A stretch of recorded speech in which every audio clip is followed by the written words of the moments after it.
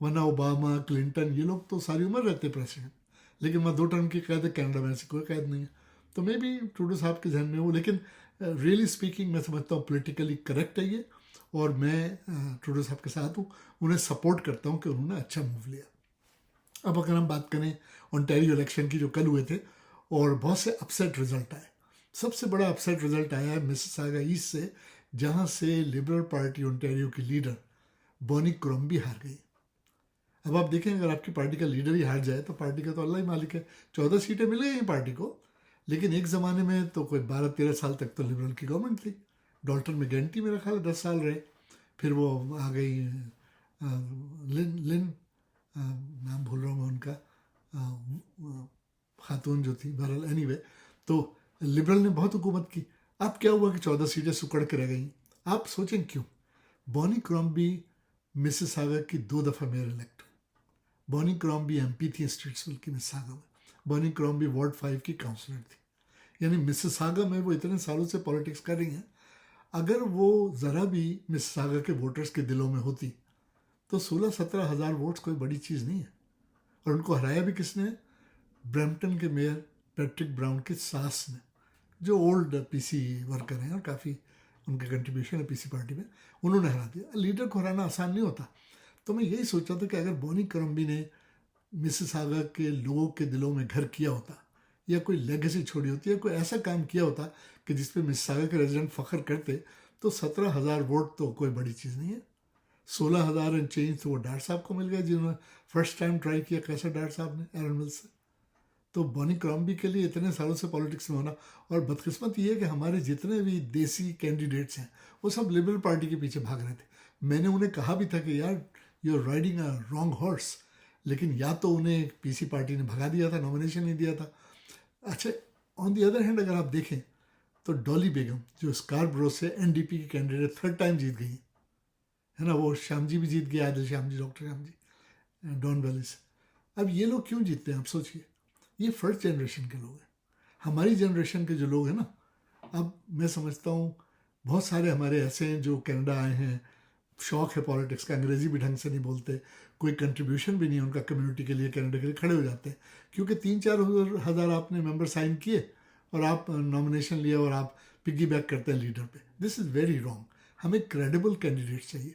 اور ابھی میری ملاقات ہوئی تھی, میں سمجھتا ہوں جی ٹی اے کے سب سے زیادہ پڑھے لکھے پاکستانی ڈاکٹر بیرسٹر عثمان علی صاحب سے ہم لوگوں نے ڈسکس کیا. ہم یہی بات کر رہے تھے کہ ہمارے ینگ لوگوں کو پالیٹکس میں آنا چاہیے, کیونکہ نہ صرف وہ ایکسپریس کر سکتے ہیں اچھے سے, لینگویج کا پرابلم نہیں ہے, دوسرا یہ کہ وہ ان میں وہ کرزمہ ہے جو ہم جیسے پرانے لوگوں میں نہیں ہے. ٹھیک ہے, ایک وقت تھا کہ جب کینڈیڈیٹ ہی نہیں ملتے تھے پارٹیز کو, جب ٹھیک تھا, لیکن اب ینگ لوگوں کو آگے آنا چاہیے, لیڈرشپ لینی چاہیے. اور پاکستانی کمیونٹی کی بڑی بدقسمتی یہ ہے کہ ان کو اس طرح کا ووٹرز جو ہیں ٹریٹمنٹ نہیں دے رہے جیسے وہ انڈینز کو دیتے. آپ دیکھیں انڈینز سے ہمیں سبق لینا چاہیے. سارے انڈین جیت گئے کیونکہ وہ پی سی کے ٹکٹ ہولڈر تھے, اور میں نے کہا تھا کہ پی سی ٹکٹ ہولڈر کوئی بھی ہوگا وہ جیت جائے گا. یہ اسمارٹ لوگ ہیں, انڈین پالیٹکس کو سمجھتے, سکھ پولیٹکس سمجھتے ہیں. ہماری کمیونٹی میں نہ اتحاد ہے, نہ یکجہتی ہے, نہ ہم اپنا یونائٹڈ کینڈیڈیٹ لاتے. جس کا دل چاہتا ہے کھڑا ہو جاتا ہے. ایسے کینڈیڈیٹ کھڑے ہوتے ہیں کہ جن کو بات تک کرنی نہیں آتی. But this is very unfortunate. اور لوگ ان کی تعریف میں قلابے ملاتے ہیں کیونکہ وہ جا کے ریسٹورنٹ میں کھانا کھاتے ہیں. اور ہوتا کیا ہے, دیکھیں میں ایک اور بات میں جس آف دا ٹریک کر رہا ہوں کہ بہت سارے ہمارے کمیونٹی ٹی وی پروگرام لوگ جو کرتے ہیں نا, اگر آپ یوٹیوب پہ یا فیس بک پہ دیکھیں تو ان کے 1-2 لائک آتے ہیں, 3-4 کامنٹس آتے ہیں. وہ اپنا بھی وقت ضائع کرتے ہیں اور لوگوں کو بلا کے ان کا بات. ان کو چاہیے کہ ایسے یوٹیوب پہ ڈالیں, میں بھی کوئی 50, 500, 600 لوگ دیکھ لیں. تو یہ بھی ایک چیز ہے. ایک اور آف ٹاپک مجھے بات کرنی ہے, مجھے بہت سے لوگوں نے کہا اس پہ بات کروں کہ یہ جو رائلز ہیں انگلینڈ کے, یو کے کے, یہ کوئین اور اب جو چارلز ہے, یہ ٹائٹل دیتے ہیں سر کا. جب سے دیتے ہیں کیونکہ ایک زمانے میں ان کا سورج غروب نہیں ہوتا تھا, پوری دنیا پہ حکومت تھی, سر سید احمد خان, سر راس مسعود, یہ ٹائٹل دیا کرتے تھے. تو اس وقت میں سمجھتا ہوں تقریباً 100 ایسے لوگ زندہ ہیں, تقریباً 100 جن کو انگلینڈ کے رائلز نے سر کا ٹائٹل دیا. لیکن انڈیا پاکستان میں 10 ملین سر ہیں. شاہ رخ سر, سلمان سر, اور یہ جاہلیت پاکستان میں بھی ہے, جس کو دیکھو اس کے نام کے آگے سر لگاتا ہے. یار کمان, یار ایک ٹائٹل ہے, اس کی ریسپیکٹ کرو. اسی طریقے سے اب یہ جو چارلز کا کورونیشن پن آیا ہے, یہ آلموسٹ 500,000 سے زیادہ ایشو ہیں. اب جتنے ہمارے دیسی ایم پی ہیں وہ دوستوں کو بانٹ رہے ہیں. آئی مین کوئی کمان پے لل respect to all these things. اب پاکستان کی تھوڑی سی کوئکلی بات کریں تو وہاں خٹک صاحب کو مشیر بنا دیا گیا. وہ ہمارے اردلی وزیر اعظم کا وہ وزیر اعظم جو ابھی ریسنٹلی یو اے ای میں ان کی تصویر وائرل ہو رہی ہے کہ چھتری پکڑے ہوئے یو اے ای کے جو امیر ہے اس کے اوپر چھتری پکڑے ہوئے. کیا بے عزتی. اور ایک زمانہ تھا پاکستان کا صدر امریکہ جاتا تھا تو امریکہ کا صدر اسے ویلکم کرنے آتا تھا.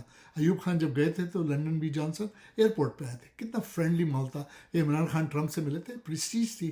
یہ جو آئے ہیں سب پٹواری انہوں نے ستیہ ناش کر دیا پاکستان بے عزتی کر کر کے. ان کو عقل کے ناخن لینے چاہیے. اب تک کے لیے اتنا ہی. اگلے ویلاگ میں ہم فیڈرل الیکشن کی بات کریں گے جو کینیڈا میں ہونے والے ہیں کسی بھی وقت.